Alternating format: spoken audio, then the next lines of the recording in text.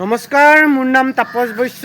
মই গুৱাহাটী বশিষ্ঠ মন্দিৰৰ পৰা কামাখ্যা মন্দিৰ হৈ কেদাৰনাথ অভিমুখে পেডেল যাত্ৰা কৰি আছোঁ। আজি মোৰ ৩৯ নম্বৰ দিন আৰু এই ৩৯ নম্বৰ দিনত মই যোৱাকালি এভাগ মন্দিৰত আছিলোঁ। মন্দিৰটো হ'ল শিৱ বাবা মন্দিৰ আৰু ৰাম সীতা মন্দিৰ।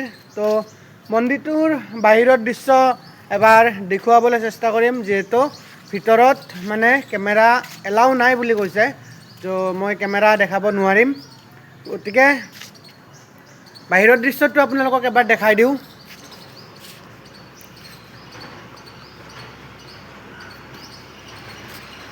তো এইটোৱে বাহিৰৰ দৃশ্য আৰু মানে এইটো মন্দিৰ আছে মহম্মদপুৰ, মুজাফ্ফৰপুৰ জিলাত উপস্থিত, মানে হাৱাইৰ কাষতে।